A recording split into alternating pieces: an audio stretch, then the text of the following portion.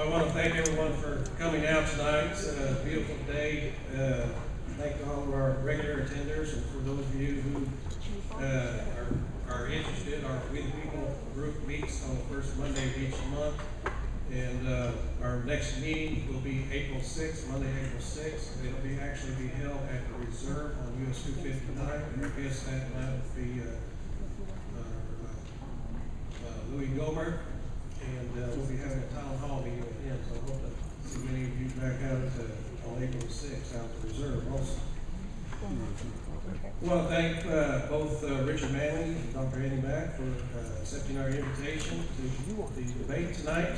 There is a third mayoral candidate. His name is G. Floyd, and he has declined our invitation to participate in the debate.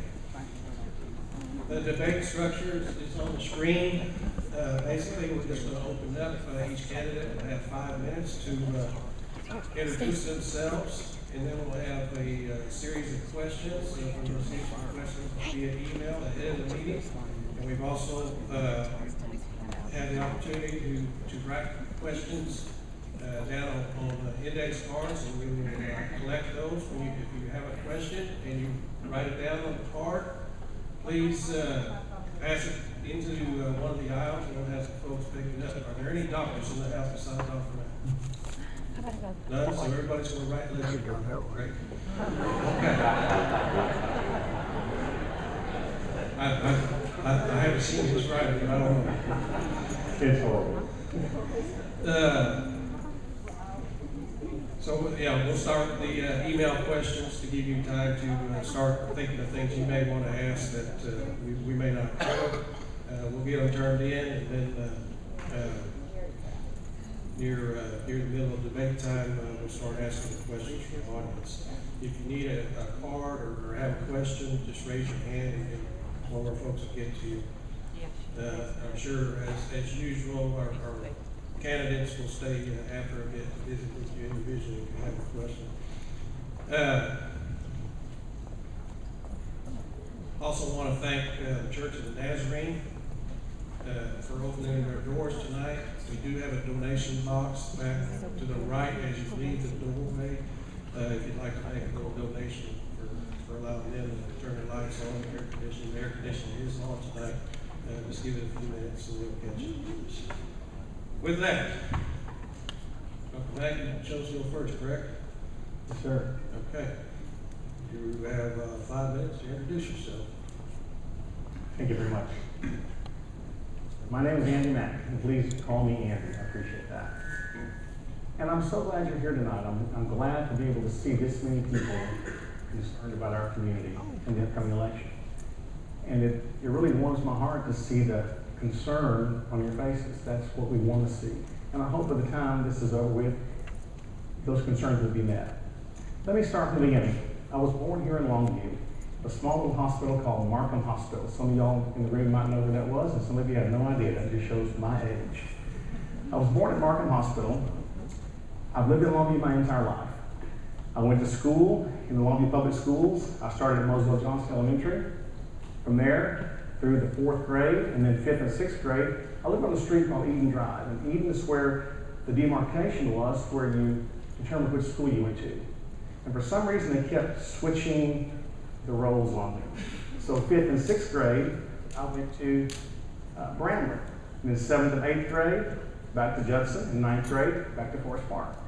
And that was devastating as a young child, because I kept having to make friends and lose friends and make friends and lose friends.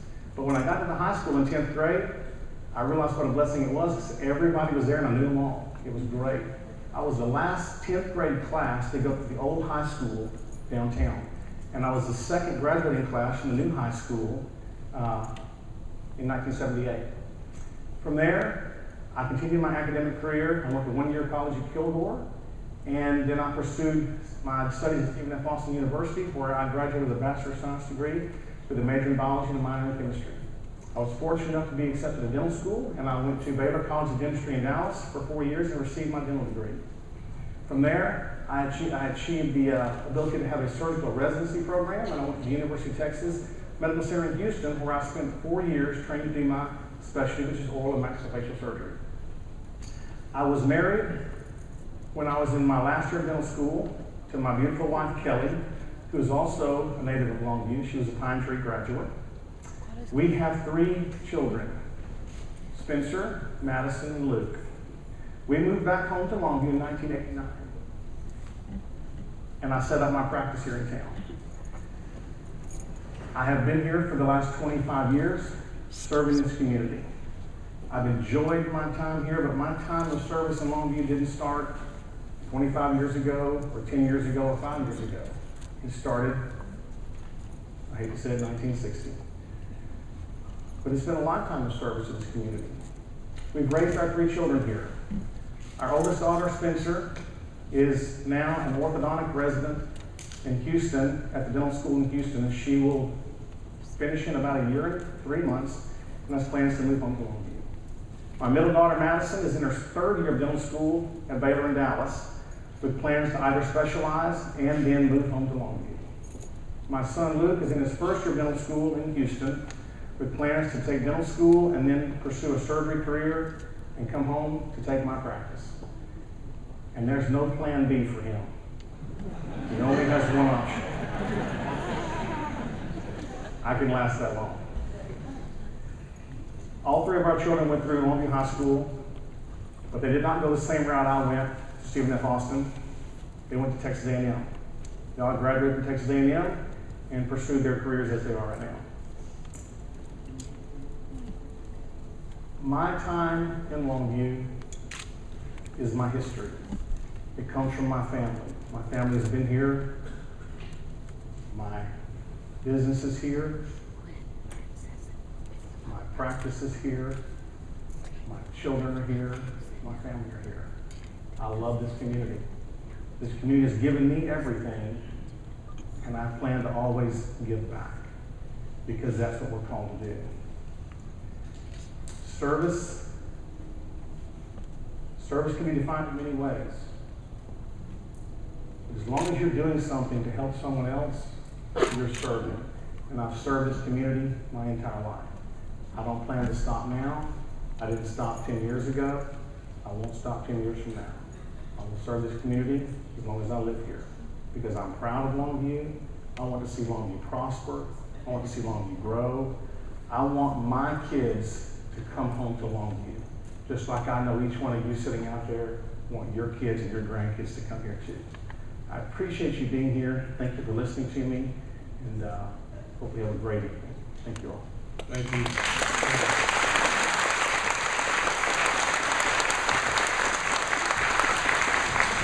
Before you start, if you're standing out in the hall and you want to come in, come on in, scoot along the walls. These benches are open up front. If you'd like to sit really close, you're welcome to do that. Some benches up here. There's some benches right up front on both sides of the podium. You can have my seat. If you have an open seat next to you, you might want to raise your hand. Let people know that they can come in and sit next to you. But we can move the benches back and do that a little bit if you. Thank you. Richard, go ahead. Introduce yourself. Good evening. I'd like to thank We the People for hosting this event tonight, especially Mike and Cindy Schwartz for forming We the People. I attended the very first rally y'all had on the courthouse lawn in 2010. I've attended a number of your rallies since then and a number of your events. Had the pleasure of speaking at your Second Amendment rally on a very cold Saturday morning a few years ago. Like many of you, I'm a fiscal conservative and a man of Christian family values. I'm glad to be back with you again tonight. I want to thank Art for being our moderator and Andy for taking time out of your schedule too to be here tonight. Most of all, I want to thank every one of you citizens, because you're participating in the democratic process. Good for you. Each person here has a role in leading Longview forward. First, I'd like to introduce my wife, Carol. She's my partner in life, and Carol, I apologize once again for putting you through this. We have 3 terrific kids. Yeah, Kelly can understand that too, right? We have 3 terrific kids. We're very proud of them, and they'd be here with us tonight if they weren't out pursuing their careers and their education. Before we start, I want you to know that Jesus Christ is my Savior, and I believe God has led me to this point in my life. Regardless of how this turns out, being mature in my faith, it gives me peace to know that I'm not in control, He is. And there's one more thing I'd like to tell you tonight, and that is I'd like to thank the men and women of the Longview Fire Department for endorsing me last week. They're a group of smart, committed, hardworking men and women, and a top-rated fire department in the state of Texas, and I'm honored by their endorsement. Ladies and gentlemen, for the last 5 years, I've been the District 5 City Councilman, representing Spring Hill and Judson. I've worked hard to create a business-friendly environment that brought new businesses and economic development to North Texas, to North Longview. For example, George Ritchie Road will be the most important economic development opportunity to come to our city in some time. It's an example of how a project can be realized years ahead of schedule by bringing different organizations together, city, county, state, our local economic development, to accomplish something that will have a lasting economic impact on our entire city. It's an example of how I would approach a similar opportunity to bring people together to do more for Longview. I hope you believe that my current service on the council is one of the qualifications of being mayor that differentiates me from other candidates for this distinguished office. I'm also a U.S. Marine veteran, artillery officer, honorably discharged in 1981 as a captain. My military service is also unique among all the candidates for mayor. I'm also a businessman. I had a 30-year career in manufacturing and distribution of life-saving medical technologies, open-heart surgery, neonatal intensive care, bringing products from the battlefield to the ambulances and emergency rooms in the U.S. and around the world. We either started or purchased a half a dozen medical companies and sold out in 2009, and I retired and ran for city council in 2010. Now, you met my bride of 30 years, Carol Cheatham Manley. Her family has lived in East Texas for generations. The Cheatham United Methodist Church, just down Highway 80 in Edgewood, Texas, was started by her great-uncle, Ned Cheatham. She and her family are one of the reasons why we live in Longview. Another reason was that in 1999, my good friend Dan Darr invited me to the very first Buckner Sporting Clay shooting event and introduced me to Longview, and thus began my love affair with this city. We adopted Longview as our home 13 years ago. We raised our last 2 kids in Spring Hill schools, and they're both proud Texas Aggies. Also 13 years ago, we moved our business here, R. Manley Enterprises. It's a real estate development and property management company. Shortly after moving here, we joined the Chamber of Commerce, and we've been actively involved in the Chamber ever since. I've been an advocate for the construction and redevelopment of affordable housing in Longview. It's something I think our city should support more actively, and we have several very successful projects either completed or underway. And I've also put my money where my mouth is, because my company, our company, has constructed homes for affordable homes for working families in formerly blighted neighborhoods. Now, like many of you here tonight, Carol and I, we did not grow up here, we moved to Longview. We could have chosen to live anywhere. But where you're born doesn't really define you, does it?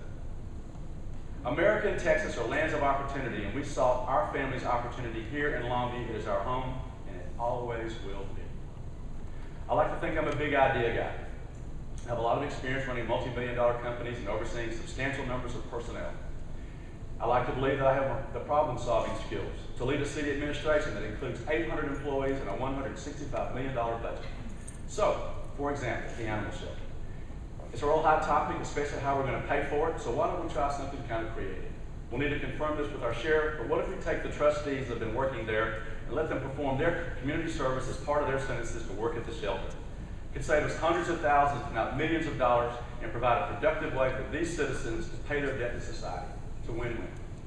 So let me close by saying I have the time, the talent, and the energy. I'm excited to share ideas with you tonight, to ask and to listen, and most of all, to earn your vote. Thank you very much.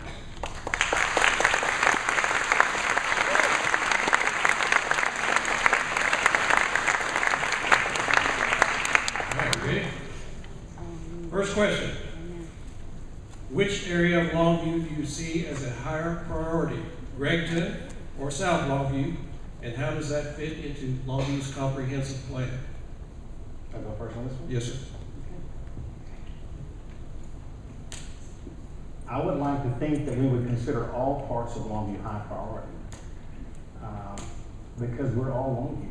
We all pay taxes, we all deserve services, and we all should be treated equally. Now, there are areas of town that I think have been neglected, and I think those areas need to be stressed. South Longview is certainly one of them. Gregton is certainly one of them. But it doesn't matter which part of town you want to redevelop or put more interest into until we make it more available and more profitable for businesses to come into those areas. So regardless of where you think is the highest priority, The best priority that we can do as a city is to become more pro-business, more business-friendly, and make it easier for people to develop. So I can't say what I feel is more high priority. I feel like the entire city of Longview is high priority. And I think the comprehensive plan addresses areas of all parts of town, all districts. I think that will be very instrumental in the growth and development of Longview through our future. So to me, if you have to pick and choose, I think you've already divided the community. I think you have to provide for which district, the needs of each district based on the needs of that district, not on anything else other than what each district requires, because certain districts will require more than others. So there will be distribution of income to each district, but it'll be based on what those districts need. And I hope to sit with each council person to find out what are their needs in their district we can address for each district. So no district feels left out, no district feels like they've been cheated, and there's no diversity in our city. It's a unified city, one Longview, for Longview. Thank you very much.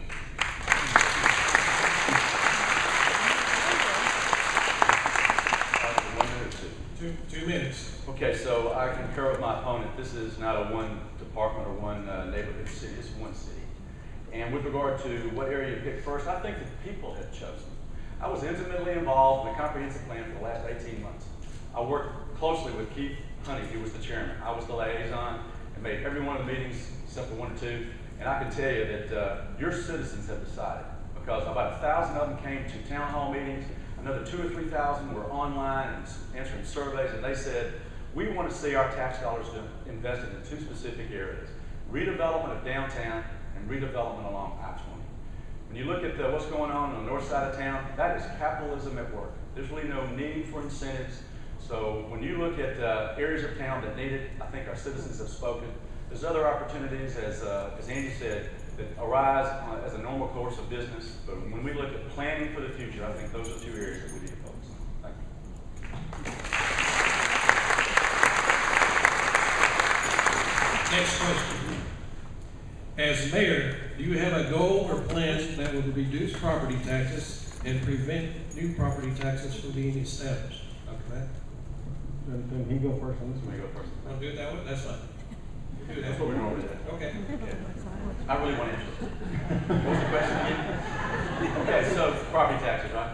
Yes, as mayor, do you have a plan or goal that would reduce property taxes and prevent new property taxes from being established? Yes, right, sure, yes I do. And that's a good question. So the way you reduce property taxes is by driving up sales taxes. And how do you drive up sales taxes? Everybody knows the answer to that. More business. I want to have Longview be known as the most business-friendly city in the state of Texas, if not the country. You know, I've worked with the folks at Development Services for the last 5 years, off and on. And we've done a lot of things to improve the way things go on down there. You talk to the East Texas Builders Association, developers, and others, they will tell you there is just a 180-degree difference in the way we work down there. And the reason why is I jumped in there and asked to help the director to run it more like a business, and worked with him diligently to do that. He didn't really take my ideas, so I thought that we needed to make a change. The city manager agreed. We made a change. And since Michael Shirley and Ingrid self have taken over down there, it's like night and day in development services. But I'll only be satisfied when we got a great big sign out front in neon that says, "Welcome to Longview, we're glad you're here." That's the kind of environment I want to have. I'll work with LEEDCO and the chamber. I'll go anywhere, do anything to be an advocate for Longview to bring economic development to our city. Thank you.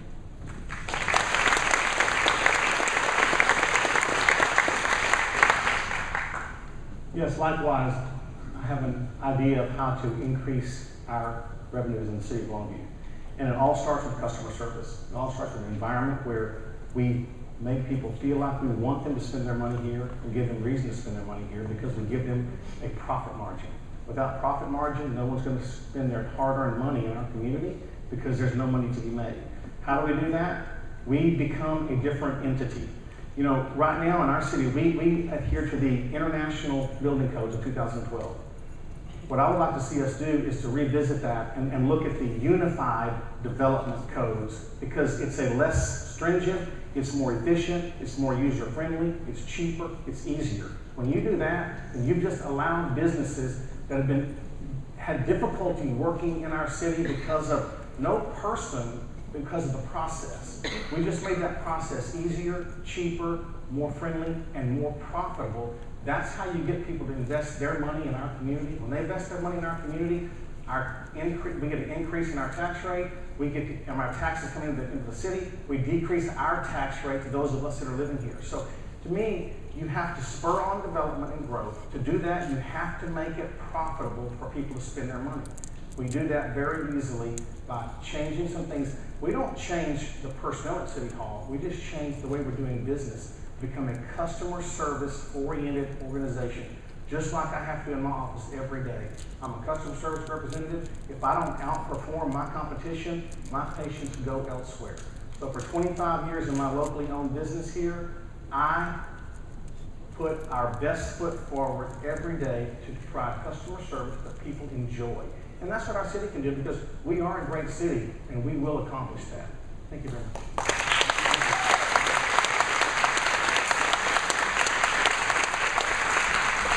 Just want to remind you, if you're in the back and you need a seat, we do have benches up front on either side of the podium. And, of course, there's plenty of spaces along the wall still, so just make your way in. If you've got your questions on your card completed, you can pass them to the center, and we'll have people come through the aisles here just shortly and pick them up, put them in the basket. Next question. You lead, Dr. Mack. The city of Tyler has used a half-cent sales tax for several years, which has been collected and used for transportation and drainage infrastructure projects. What is your position on such a tax, and could one possibly be implemented in Longview for similar infrastructure projects? You're just not going to call me Andy, are you? No, that's okay. I appreciate that. Okay, let's talk about that half-cent sales tax. You know, in Longview, we currently have a 1/4-cent sales tax devoted to the drainage fund, which was implemented when I was on the council many years ago. And we used that 1/4-cent drainage fund to do project. It used to be for mainly drainage projects, but now we're using it for other things like street maintenance, because we passed a bond in 2011, $52 million bond in 2011, to take care of street projects and some drainage issues. So this 1/4 cent that we get is like worth $5.7 million. So I think there are certainly ways we can use that money to help our community to do things. I'm not sure that we have to add another sales tax onto our citizens for money that we already have. I think we just need to use it in a different fashion, because the money is there. We'd use that money for other things, but I think in this economy, I'm not for a tax increase. I don't want to see us increasing taxes on our citizens, because we don't know what the future is going to hold right now. Right now, we're in an area where it's unknown. With oil and gas prices falling, with our tax base going to take a hit in our tax revenues, I'm not in favor of levying another tax on our citizens when we can use the 1/4 cent drainage fund that we already have and make it more efficient in how we use it. Thank you.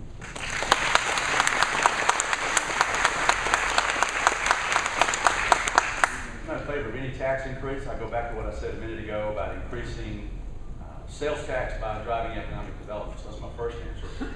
My second answer is we have plenty of money, as he said, in the drainage fund that can be used in some other things. And I also have a little bit of a problem with it being moved around the way it's being moved around. We don't need it in drainage. Let's maybe reduce the tax or move the money somewhere else. There's also some opportunities with Lead Coast 4B money. Now, it's a sacred cow to them. We'll have to talk about it. I hope Joe Bob's not going to throw something at me for saying this tonight. But there's opportunities to use 4B money for infrastructure. And we can do that sometimes instead of having to have a tax increase or float another bond. So there are a number of different ways that we can go about trying to fund the infrastructure, but we definitely do not need to do it with an additional tax. Thank you.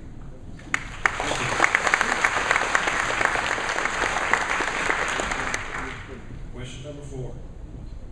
Based on your current opinion of pressing needs for Longview, what do you view as the highest priority to focus your influence on if elected? Reducing crime and gang activities, economic development and job growth, or infrastructure restoration? Can you give specific examples how you would plan to influence and achieve these positive results on these issues? Well, before the crime spree, we definitely would have been number 2 and 3, but one of the things about leadership is you need to turn on urgent issues when they arise. So certainly crime is number 1. And I see a lot of nodding heads in the audience. It's the first thing on everybody's mind nowadays. So let's talk about crime. First of all, I want to tell you about what I've already done, but before I do, let's establish a couple of things here. This is a national problem. It's not a Longview problem, it's a national problem. We also need to recognize that our police department and police departments all around the country are feeling a little beat up right now. So as we begin the conversation about what can we do to change things, let's make sure the first thing we do is stick our hand out and shake the man or the woman that's putting the uniform on and protecting us every single day.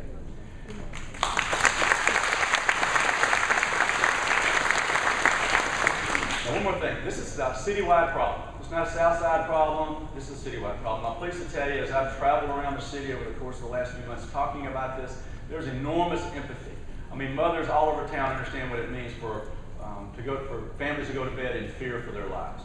I've talked to people affected by this, the preachers that minister to them. They're frustrated. This is the human component, and the folks living in these neighborhoods must trust the police and provide the valuable information that we need. One of our PAR officers, Jeff Hall, was quoted in the paper over the weekend that we've got to have, I wrote it down, crime prevention is a team effort. It's impossible without the help of ordinary citizens, is what he said. So how do we do that? How do we build trust? Okay, if that's the problem, then we need to talk. The only way I can build trust with someone I don't have trust with, that don't know, is to talk to them. So let's get the police out of the cars, park the cars, and walk the neighborhoods. The men and women in blue that I've talked to said that's exactly what they want to do. There's been some policy issues in the past that have kept them from doing that, and I won't get into details of that. But let's get the cops back on bikes, let's get them walking the neighborhoods. And Carlos Samples was promoted today to assistant chief, and I like what he said. We'll know we've accomplished what we want to accomplish when a policeman walks down the street and the neighbor says, "There's Greg," or "There's Sue." We will have accomplished that. Let's talk, let's communicate, and fix the problem.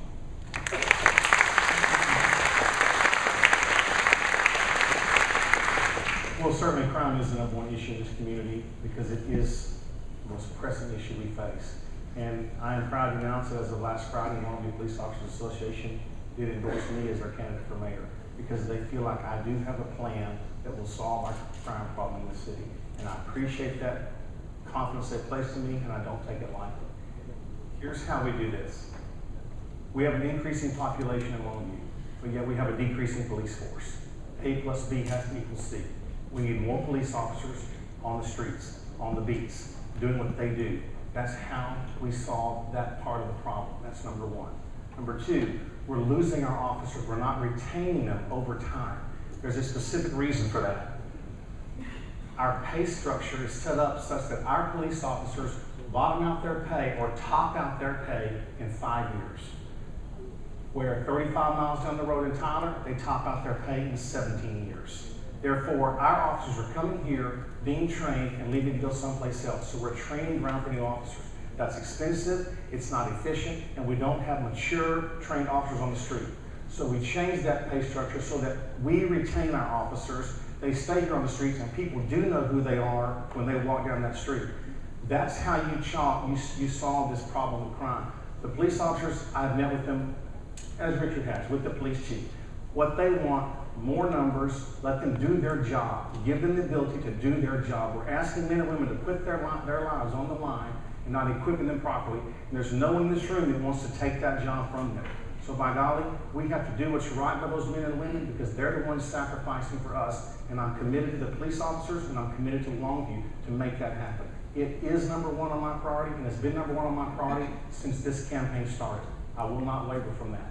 Thank you very much.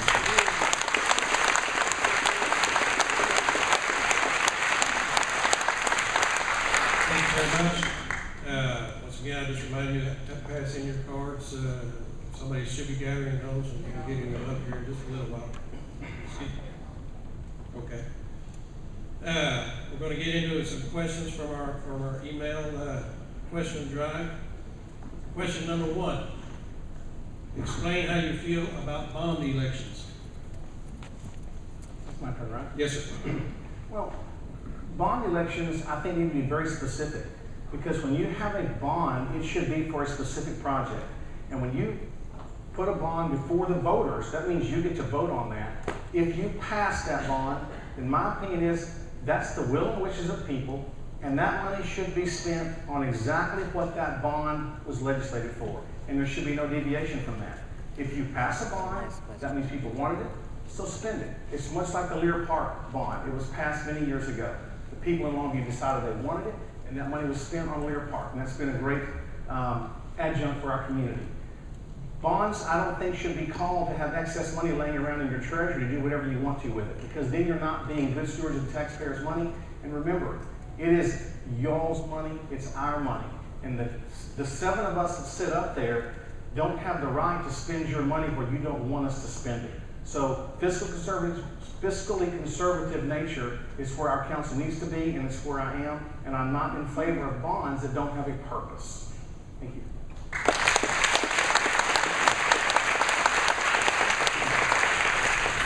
Before I get to the answer on bonds, I'd like to clear up an inaccuracy that was just stated a moment ago about the police. First of all, we're authorized 172 policemen. It's been the same for the last 5 years. We've lost some men and women to the oil patch, not to other cities. That's directly from Chief Dingle. And our pay scale is 8 years, not 17. I think we need to raise it. When I was in the Marine Corps, if you got promoted, you got a pay raise. But if you got 2 years down the line and you didn't get a promotion, you still got a pay raise. That makes sense to me. So I don't know why it stops at 8. I don't know why Tyler chose 17. I think it's a good idea. I think we need to look at that. But going back to the police force, good news here. We lost one person to the oil patch a year ago. We just hired him. He's fully trained already. He's already on the street. There are 11 more men and women in the pipeline that will be in the streets by the end of the summer. So that's good news. With regard to bonds. Bonds, yes, very specific use. We have a lot of debt already in the city, both at the city level and at the school level. I wouldn't really be inclined to move on bonds pretty quickly, although we have retired a great amount of debt recently, and over the next 2 years we'll have a lot more debt that will be retired that will allow us room, if we want to float a bond. And the most likely place that we probably want to look at doing with the bonds would be either another street project for some of the infrastructure or something related to the comprehensive plan. Other than that, I don't really see any need for bonds. Thank you.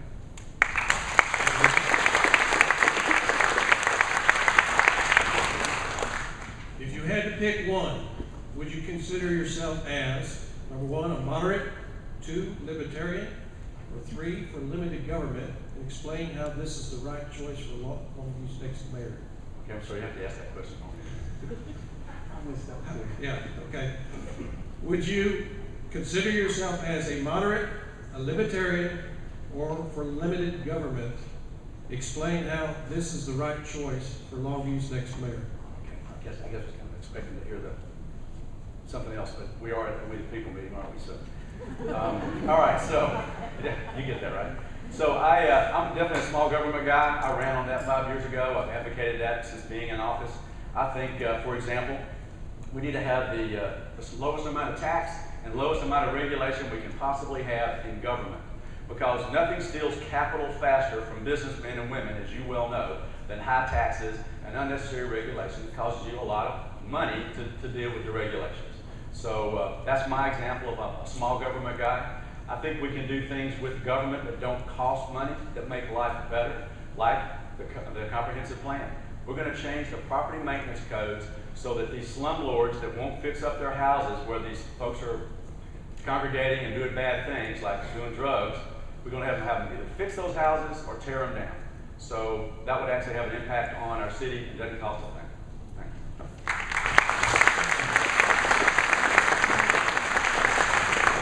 I too am a small government guy.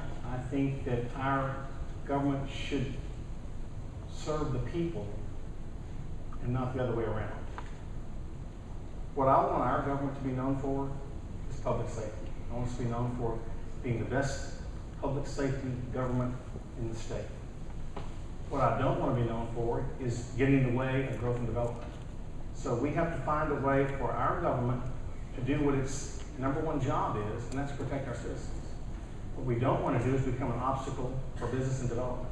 The way we do that is we take care of business, but I don't want you to read about us in the paper. I don't want you to hear about us. I don't want you to know that we're there. Because when we're not doing that, then we're doing our job. We're serving the people the way we're supposed to serve the people. The government should get out of the way and not be an obstacle. So in order to do that, you have to have as small a government as possible. You budget appropriately, and you don't have waste or fluff. Because in a $165 million budget that we have, we need to be very, very mindful of how and when and where that money is spent. Because remember, people, it is your money.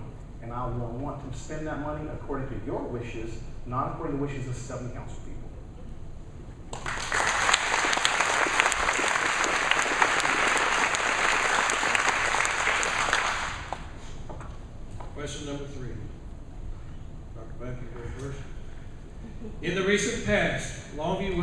city for a gay pride fest.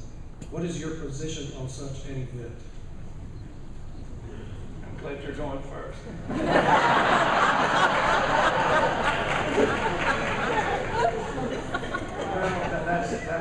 That's a personal question for personal choices. And you know, I don't think anyone should be limited to what they believe in. I don't have to agree with it. I don't have to participate in it. But it's not for me to say yes or no. No one made me judge and jury, because I want no one judging and jurying me like all y'all are doing right now.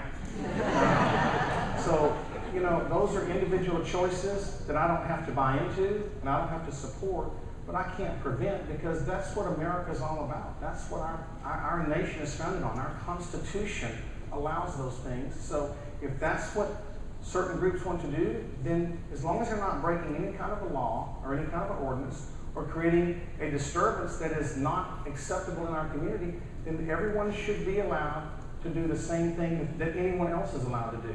I was asked a question on my Facebook page about what were my feelings on gay marriage, and I responded very clearly. I'm all in favor of it. They should be just as miserable as we are. I'm kidding. I'm teasing.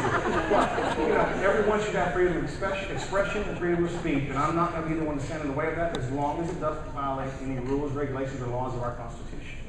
Thank you.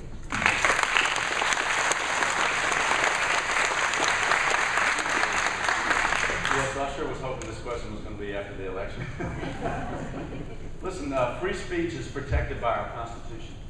There's no way a mayor can stand in front of someone's rights and then turn and try to enforce the Constitution on another law or another issue.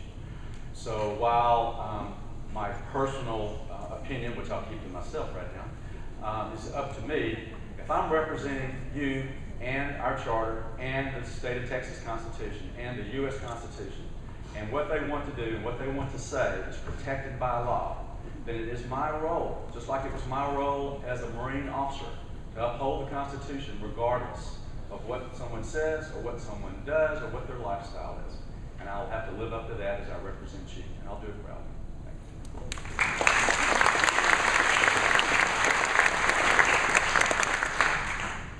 Thank you.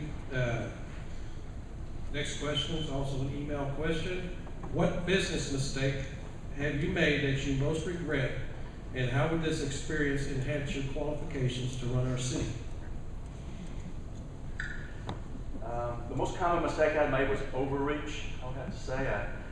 We had, say for example, open heart surgery products, and we saw a technology over here they wanted to go pursue. Let's say it was, well, it was a decubitus wound product. It was really special, had a silver dressing, and it was really kind of sexy. It was so far afield, we didn't have the expertise to go there. I should have stayed, you know, in something adjacent, like maybe cardiology, which we actually eventually evolved into. So, you know, from a leadership standpoint, I think we need to stay where we're strong. We did that as a business. Our core competency, if you will, was what it was. So overreach or trying to be go too far afield is what spelled our doom, and that didn't succeed. I think as mayor, if we try to overreach and do too much, maybe that's take on debt, maybe that's try to take on a project like the comprehensive plan too aggressively, that could be a problem. So I think when you look at things like the comprehensive plan, enormous opportunity for us, but it's a 20-year deal. Let's work through it slowly and pragmatically. And most importantly, I think if we're looking at an endeavor, let's bring in, at least from a business experience, I'd say, let's bring in people that know about this. If we have an opportunity, let's bring people in and say, okay, why are we looking at doing this? And if it makes sense, what's the roadmap to success, and what benchmarks can we look at to help us get there? I think if we do it that way, it'll be proven and we'll be successful whenever we pursue it. Thanks.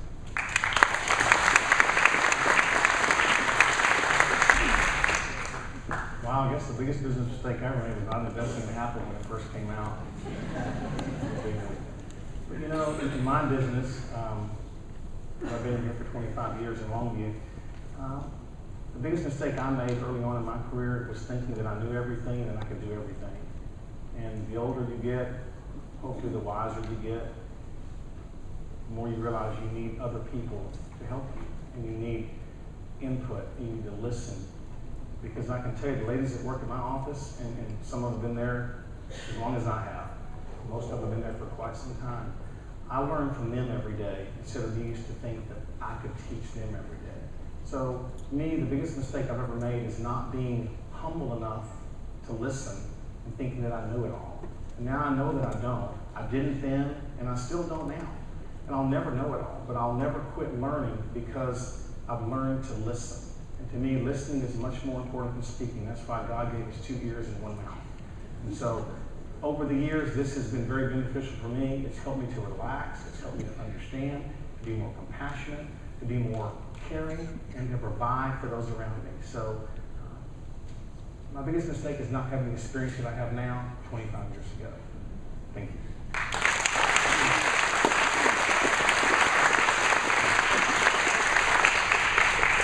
If anyone's getting tired of standing, we still have room on the benches up front. Okay. I want to take a question from one of the audience. Question is, what skills do you bring to the table to bring unity to our community? Okay, I love that question. Compassion, understanding, being part of this community my whole life. For 25 years, my doors have been open in Longview, and I get to see thousands of people every year come through my office, and I get to understand life. I understand where they are, what their problems are, what they face on a daily basis. Some of them just come to talk. Some of them don't even need my services, especially when I was on the council. People would make appointments in my office just to come talk to me and tell me what they thought. So being able to listen to these people, understand, and see, I am part of this community, and I have been my entire life. So what I bring is that I am Longview. I am ingrained in this community, and I know from listening to the people what's going on here. I went to school here. I grew up here. So I have friends in all quarters. When I was growing up, there was no north, south, east, or west. We weren't defined by school districts. We were Longview. We were one Longview, and that's what we have to get back to, is being one Longview without the divisions that we've created ourselves.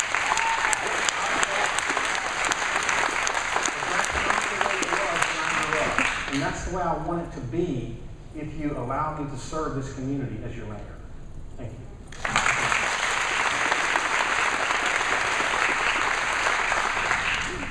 Listen, I think this plays in my strength from a business perspective. The way I can go about this is as I would in a business environment, that is, identify the problem. What's the problem? Well, I think we know already it's trust. You know, whether that's the problem that's faced with the police force, we're trying to build trust there, or just trust across the community. Folks on the south side think the north side don't like them. Folks on the north side think people on the south side don't like them. To some degree. I don't think our city is as divided as some say. I look for things that we can agree on. I look for ways to unify, bring people together, find things we can agree upon to work on together, and stop looking for what divides us. Yeah, okay, we can always find something that divides us. But let's put all the people that are part of the conversation, all parts of town, preachers, businessmen, school leaders, concerned parents, and let's have a conversation and put this behind us so we can move forward in the 21st century and lead Texas. Thank you.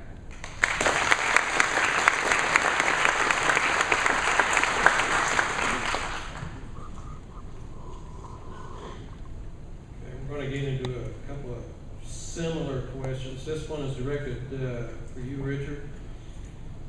How much money has been donated for the animal shelter, and how much is still needed for construction costs? Okay, the animal shelter. I'll give you a specific answer there, but let me first say I think this animal shelter is just a terrific success story of vision and cooperation. I give Jay Dean a lot of credit for leading it, working with the animal rescue people, the task force, the Humane Society donated the land, reduced the cost for the building of the actual construction costs. And this was a public safety issue, and it was a pride issue. You know, I was amazed as I traveled around the city and asked people what they thought. They said, we need to have a first-class animal shelter. A city like Longview should have a first-class animal shelter. Obviously, the Nolte family feels the same way. They stepped up and wrote a check for $100,000 last week. God bless them. There's been some more. There's a couple of more very good stories coming, and I won't steal Jay's thunder and say what they are, but we're going to have some very good news. And I think if not all, almost all of the additional cost that was not matched by the county and set aside by the city will in fact be raised. One more thing, this is a great example also of collaboration between city and county. Also public-private partnership and philanthropy. And as your mayor, I think this is something that I can do to ask people to get involved in all sorts of projects just like this, where you can get donations from people who have the capacity to give. They just need to be asked and encouraged. And a mayor can do that, again, an advocate for Longview. Thank you.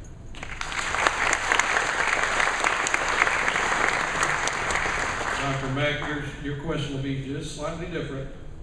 But I want that one. What is your position on the $5.7 million animal shelter, and how will you handle costs to maintain this facility? Excellent question. Obviously, Longview needs an animal shelter. It's a quality of life issue, and we need it. What saddens me is how long it took to take place, to get this thing done, how much extra money we spent in the cost of doing that, how much more it will cost now than it would have 7 years ago with the cost of the building going up. So yes, I am definitely in favor of an animal shelter. We need one, and it's good for our citizens, good for our city. The cost of it, it should be a concern, because the maintenance and operation budget for this animal shelter is $1.67 million. The city has budgeted $500,000 towards that, which leaves a deficit, and my math is correct, around $1.1 million. Now there is some opportunity for other surrounding cities to partner in with us and reduce some of those costs, but there's no guarantee there. There's no contracts been signed. So we have to find a way to subsidize this $1.1 million deficit every single year for the rest of time that the animal shelter is in operation. Now, would I vote for the animal shelter? Absolutely I would, but I would have done it in a different fashion. I would have made sure we had those costs covered before I voted yes, because now we as taxpayers are saddled with that figure regardless of how much money is raised. It's a done deal, and so we will have to pay for that one way or the other. I would have liked to have seen that money appropriated ahead of time before the vote was done, but I would still vote for the animal shelter because I think it's a very needed, necessary thing in our community. How will we defray some of the costs? Just like Mr. Manley said, I had the same conversation with Sheriff Soriano today. I guess we talked in the same way about using minimum custody inmates to do work for that animal shelter instead of hiring 20 new staff members to staff it, because that's where the money's going to go for benefits, for salaries. We can use minimum custody inmates to do this work for us. All you have to have is a certified jailer to oversee them. We already partnered with Kilgore with 6-man crews, but the sheriff is already doing those things. So we can do this. We will make it work. I would just like to see the process a little bit different in the incident. Thank you very much.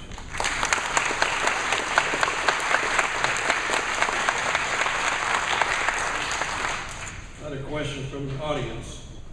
Do you think there will be bonds issued in connection with the newly adopted plan, I assume they're saying the comprehensive plan, for the future of Longview?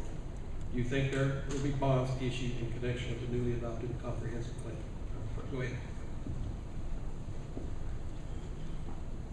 That depends on how much you want to do, how quick you want to do it. Because if you look at the overall cost of this conference plan, let me understand, it is a phenomenal document put together by an amazing group of citizens led by Keith Honey in our community with insight, with vision for the next 20 years. But it also has a monstrous price tag if you lump it all together. I've heard $300 to $400 million. Now, we can never do that all at one time, obviously. But we will do this incrementally. Once again, like I said, how, when, and where you, the citizens, decide to spend that money. If bonds are necessary, it will go before the voters. If you pass those bonds, if you pass that vote, we will implement that. Do I think bonds will be necessary in the future? I think they probably will to do some of the major projects. There are some of the small ones we can implement right now that don't cost a lot, that we can start on immediately. But the bigger ticket items, unless we have some kind of a windfall or we get our customer service where I want it, then maybe we can afford those things. If we get building and growth and development along the way I want it, maybe we can afford those things in the future. But as we sit right now, we will probably have to issue bonds if you decide that's what you want to do and how and when and where you want to do it. Thank you.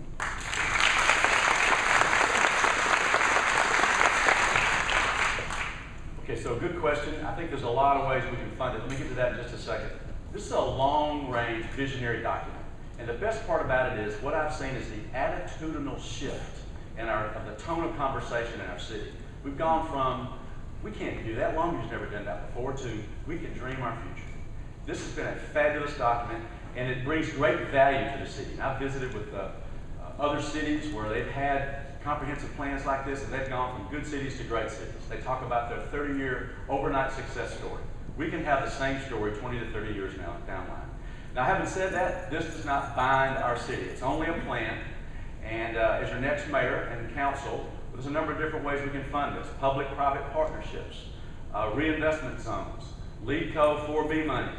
Sorry, Joe Bob. Philanthropy. I think the mayor can take the lead there. Administrative changes to the codes don't cost a thing. That's what I talked about earlier about changing the property maintenance codes. Listen, folks, this is my strength. This is what I enjoy doing, bringing people together, bringing organizations together, and finding creative ways to get this done. I have no intention of loading up enormous debt on our city to do this. It's a long-range plan. It's going to take 20 years to get it done. We can do it in a fiscally responsible way and move Longview to become a 21st century where people want to live, just like we do. Thank you.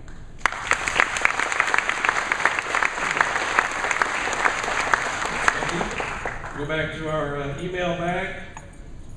What can be done to have more of a police presence in our neighborhoods? Well, there are two that I would say. I touched on one earlier, and that's just a policy change to encourage the men and women in blue to park their cars and walk the neighborhoods. Again, I'll go back to Car Officer Jeff Hall in the paper the other day. He said the same thing. Carlos Sample said the same thing this morning. They want to do it. They're encouraged to do it. I think we're going to start doing it. Another one is a very popular one, and that's the cops on bicycles. And I saw James Gray out giving somebody a ticket from the First Baptist Church today. So nice day to be riding a bicycle, wasn't it?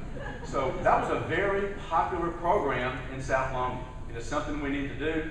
The reason why we don't do more of it is, again, the cops that we need. The cops that are in the pipeline, those 11, 12 new officers, that will make the difference. That will allow us to have the men and women that can get on bicycles and work these neighborhoods, get to know the people that live there, and again, build that trust and confidence that comes from conversation. Thank you.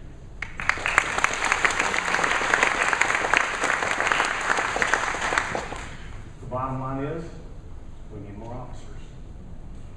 We're short, and we have to hire more. And we will. And then when we do, we need to retain those officers, because that's where the presence comes from. How many of you all, when I say this word, cringe? Radar. Every one of y'all know who Radar was. You know why?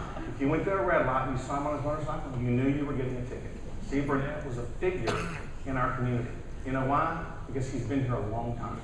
That's the retention aspect of making Longview safe.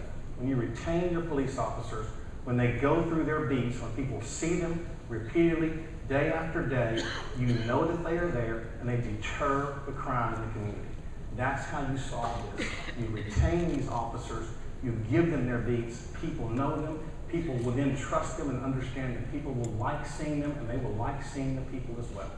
It's a simple solution to that part of the problem. It's not the only solution, it's not the end of the story, but that's how we make a presence known, by keeping cops, policemen and women, in their beats and keeping them there for more than 5 years. Thank you.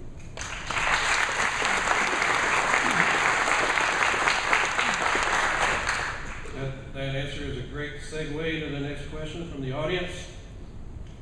According to the News Journal article in today's paper, the city currently has 12 red light cameras that operate at a cost to the city of $5,000 a month for each camera. That's $720,000 in expenses annually. In your opinion, would it be more beneficial to hire 10 to 15 additional policemen in lieu of the static enforcement currently in place? I don't know about y'all, but I hate those cameras. That's like the eye in the sky. And I bought a radar detector just to tell me when I was getting near one of them. So I don't speed, but those cameras, they bother me. Are they necessary? I don't know. Are they a deterrent? They do deter me, so they have a place. Now, I know the city spends money on them, but we get money in return. And I think if I read the paper correctly, we just just got to our break-even point on those red light cameras. And we're looking to sign another contract. I think you all will face that in the council next week. I think that's something that needs to be evaluated.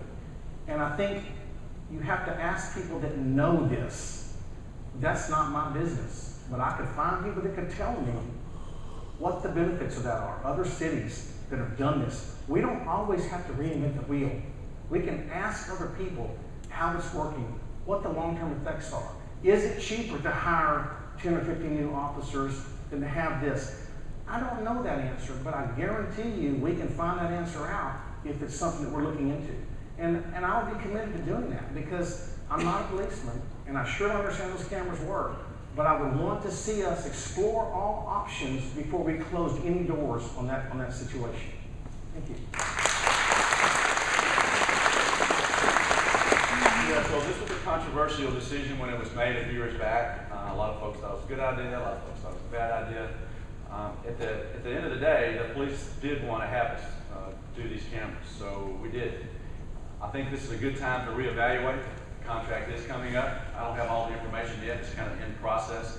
Philosophically, if in fact it reduces crashes, I guess philosophically I'd probably be in favor of it, but I need a lot more information. I haven't come to my conclusion yet. And according to the numbers, and Chief Dean did confirm this for me today, we have had fewer crashes. This is not unlike what happened when we put all the boulevards on the loop.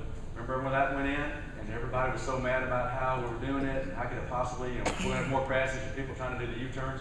The reality is we have fewer crashes now out on the loop. So that's the reason why the cameras were brought in. I know they're very unpopular. I hear you.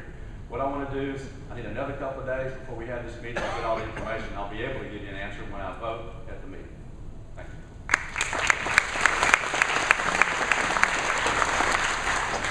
Thank you. Another one from the audience. Richard, this is directed at you, and Dr. Mack will be able to rebut on this one in 2 minutes. Mr. Manning, with your business background, how can you fiscally keep Longview profitable? Fiscally keep Longview profitable. Okay, well, I'm gonna assume that means balanced budget. We're not in the business of creating a product. So I said earlier that low regulation, low taxes are the way to go. So that's just a philosophical principle that I stand by. Again, economic development drives sales tax, which drives more revenue into the budget. It makes it easier to balance the budget. I can tell you something I'm very proud of, and for our city administration, I've asked every year since I've been elected, tell me how many more people we added this year. Over the past 5 years, our budget has been relatively flat as a city, and we have 2 fewer FTEs than we had 5 years ago. So our city administration does work to run our city from a balanced budget and very conservatively, so we're not just adding people every year. So when you hold down taxes, hold down regulation, strive to make sure you run the city as well as you possibly can without having to raise taxes, that's how you spend less of your money and leave that money in your pocket.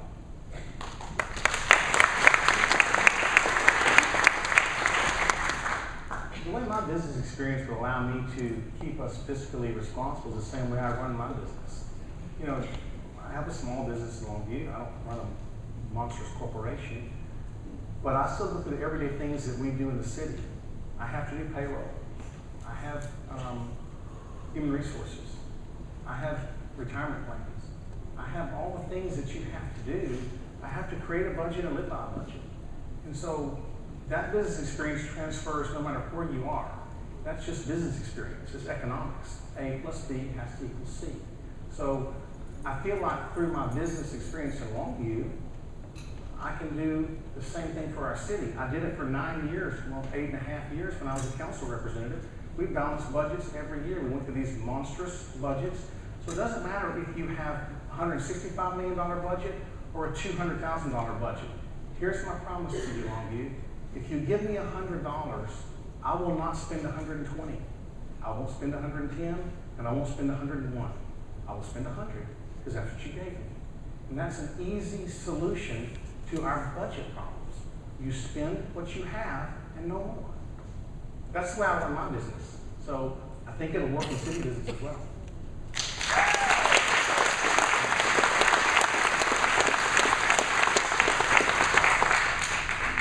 That has to do with immigration. Would you advocate declaring Longview a non-sanctuary city?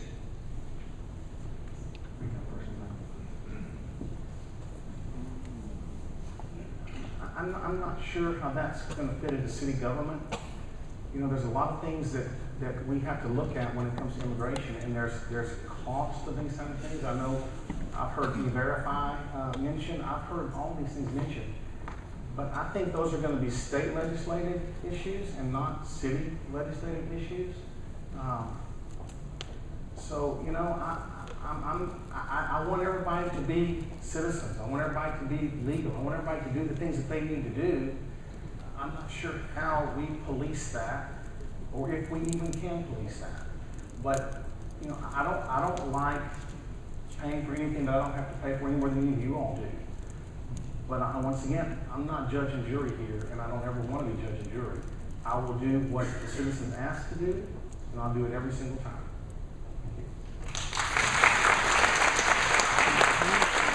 So Sanctuary City, you know, we're not a border city, but the definition of what I know of Sanctuary City is that you allow people who are illegal to stay in your city. So my answer is no.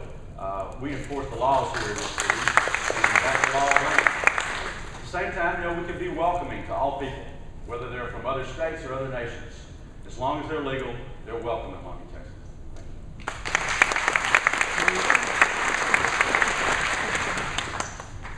Where do you stand on Agenda 21? Do you generally support or oppose the implementation of its ideas? Thank you, Michael Denholm. Had to be from him. Agenda 21, for those of you who don't know, is, and I'm probably going to get this wrong, and Michael will correct me, but as I understand it, it's the United Nations initiative to kind of like one government kind of thing. Am I right, Michael? Where are you? Is that right? Close. Yeah, so this is something that is kind of sneaky. You know, there's the George Soroses of the world. This is really inside baseball stuff, okay? The George Soroses of the world are kind of funding this kind of thing. And, you know, when you look at Longview, Texas, are we going to be affected by Agenda 21 anytime soon? I don't think so. But I just, from a philosophical standpoint, if we're going to say, are you in favor of it or not? Absolutely not in favor of Agenda 21. America needs to always be America. I don't really care how the rest of the world wants to live. It's worked pretty well for us for 250 years. Let's just stay with what we got. Thank you.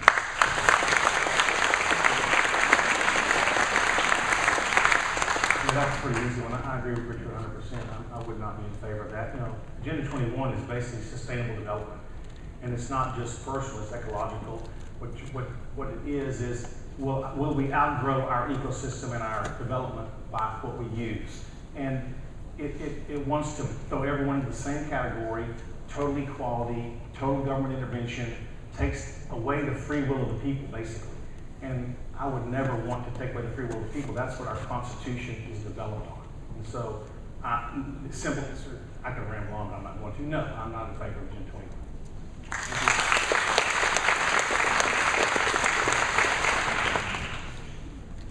Dr. Mack, what plan of action could the city implement to get more people off of welfare in our area? Plans of action to get off of welfare. First, you have to want to get off of welfare.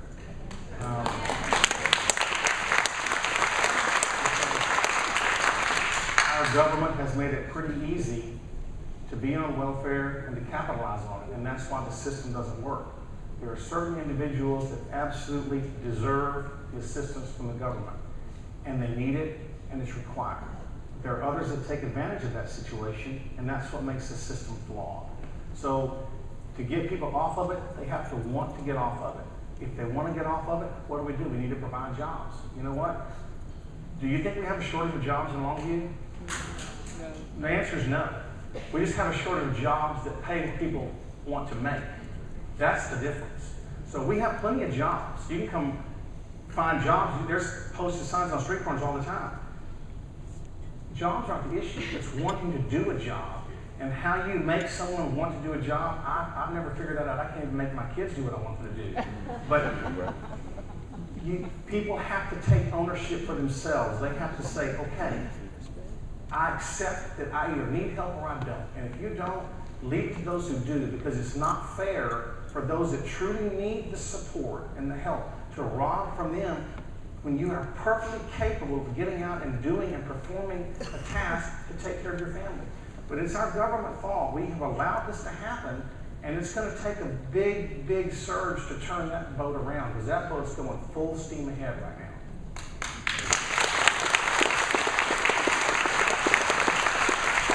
So welfare, it's a federal program, right? So there's not a whole lot we can do here in Longview, Texas, certainly as a mayor and council in Longview, Texas, to affect the knuckleheads up in Washington that can't seem to get along and act like a bunch of children all the time. I'm really proud of the way we work on the council together as a unit. We have our disagreements in private, and when we come out, we try to act like ladies and gentlemen. I wish they could do that. With regard to welfare specifically, I'd like to see it go back to the way it was before the Great Society in the Johnson in the 60s, where back in those days, we took care of each other. Churches, nonprofit groups. It's probably going to come back to us anyway because the government's so badly in debt they can't keep funding some of these programs. They're pushing it down to the states. The states are pushing it down to the counties.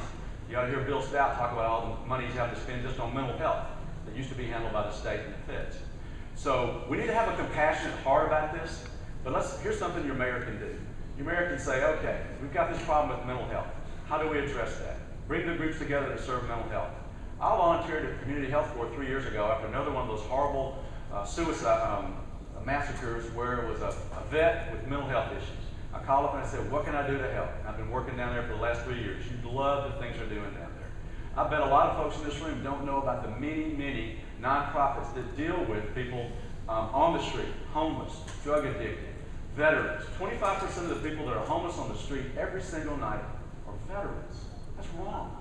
We've got to reach out with compassion as ladies and gentlemen, whether it's a church or a nonprofit, and take care of these folks. That's not welfare. That's good Christian value.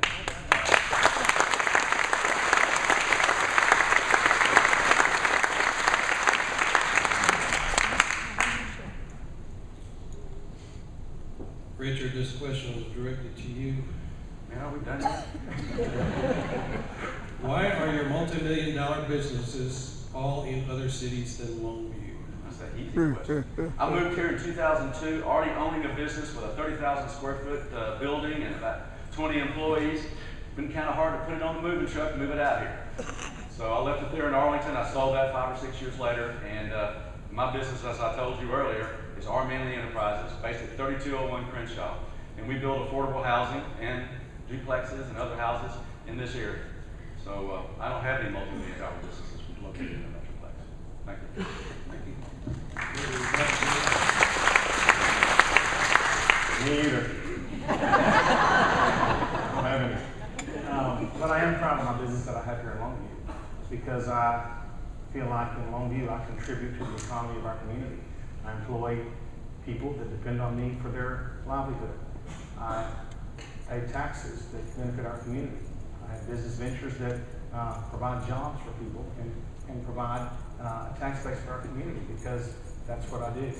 I don't have businesses elsewhere. I'm totally invested in this community, and I'm proud of that. I think it's important that you put your money where your mouth is, and my money is here, and hopefully my voice will be here as well. Thank you.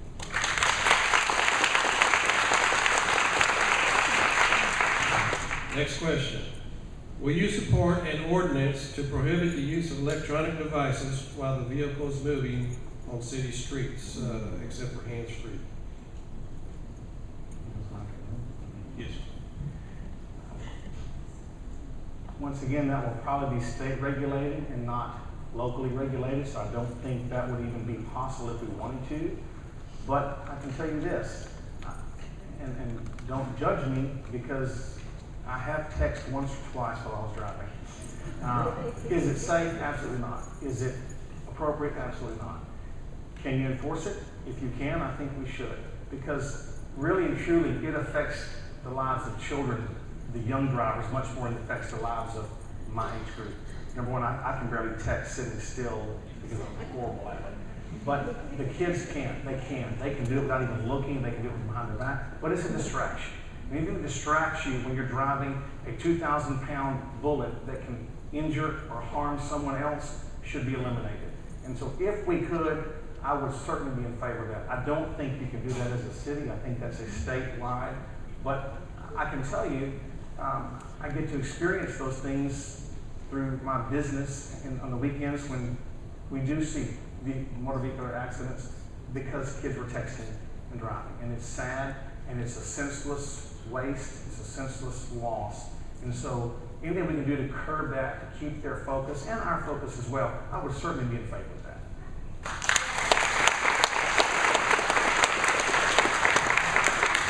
So the libertarian in me comes out here. I tend to not agree with that, only because where do you draw the line? So as bad as it is for someone to be texting, and I'm constantly on my kids about not texting, don't do that. And yeah, Carol hits me every now and then, I have to admit it. Again, where do you draw the line? Is it you can't put your makeup on while you're driving? You can't eat a sandwich while you're driving? You can't turn the radio on while you're driving? I don't know. That's where the government's kind of sticking their hands into my business, and I don't really like that.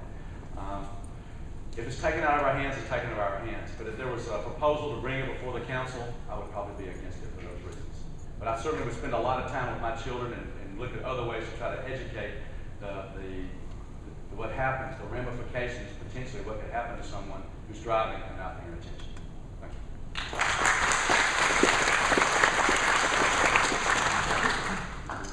you. Next question. Do you support the current goals and direction of Longview's Unity and Diversity Committee? How would you work with the leader of this committee? Yes, so I've attended some of the meetings. Dick Verma is the chair, Keita King. Also, both involved there. I forget which one's the chair, which one's the, because there's a couple of different committees going on, but I've attended them. The Unity and Diversity, the Old Race Relations Committee is actually a very good group. They have the city's best interest at heart, trying to bring things together. So I think by being present as a councilman, I'd be the same way as a mayor. Probably even more important to have a mayor there occasionally to say, okay, what are you doing? How can I help? I've been present in this community all over the city. When I was elected 5 years ago, from a predominantly white district, I joined the NAACP just so I could understand the issues that were important to them. It's been very valuable. I've learned a lot. I think I've actually been a voice for them on some things that perhaps they wouldn't have thought of. It's been a great give and take. So the Unity and Diversity Committee leads our city with regard to these very important issues. I'd like to be, be more involved in it as a mayor. I'd like to see them do some other things in the community beyond even the awards they do, which are fabulous. But they actually take the committee to different parts of town. Let's have a meeting up at Spring Hill. Let's have a meeting over at Pine Tree. Let's go to other parts of town and talk about the things that unite us, not what divides us. That's where I spend my energy. Thank you.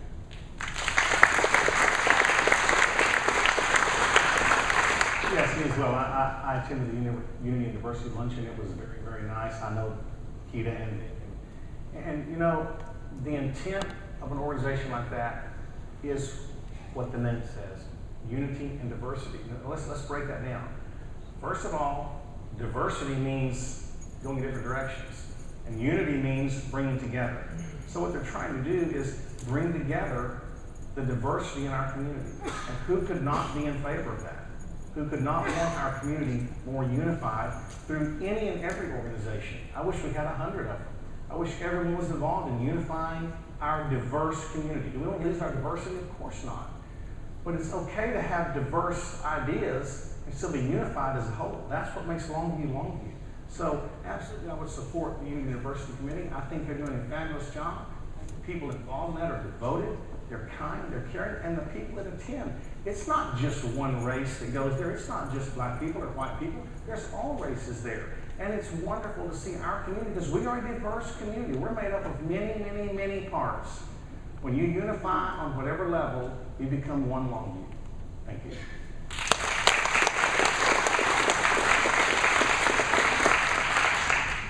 Next question, it's going to be a long one. Listen carefully. Children are the future of our city. In the past, the city has had several opportunities to help develop programs such as the Longview World of Wonders, an organization which helps children explore learning with hands-on experiences. Yet, while we did need a new animal shelter, spending that kind of money sends a wrong message about the importance of our children. How can Longview provide more support to those organizations designed with children in mind? Just like to mention, the WOW Foundation, what an amazing organization. Dr. David Brown, the late David Brown, was very instrumental in beginning this process. And it is something that our kids need. Our kids need a lot of things, because the more they have to do, the less they won't do. We don't want them just sitting idle. So what can the council do for something like that? Now, it's not the job of city government to go out and build these programs. The job of city government is to make it easy for these programs to thrive. And that's what we need to do. We need to make it easy for us to have things in Longview that serve our children, that serve our youth. Because if we don't, they will find things to do that we don't want them to do. So providing things like that should be of utmost importance, because remember, those children are our future. What they learn now is what they will be when they become our age. So yes, everything we can do to support and nurture those programs as a city, as a council, we should put all of our efforts in that. But it is not our job to build it. It's our job to allow it and to make it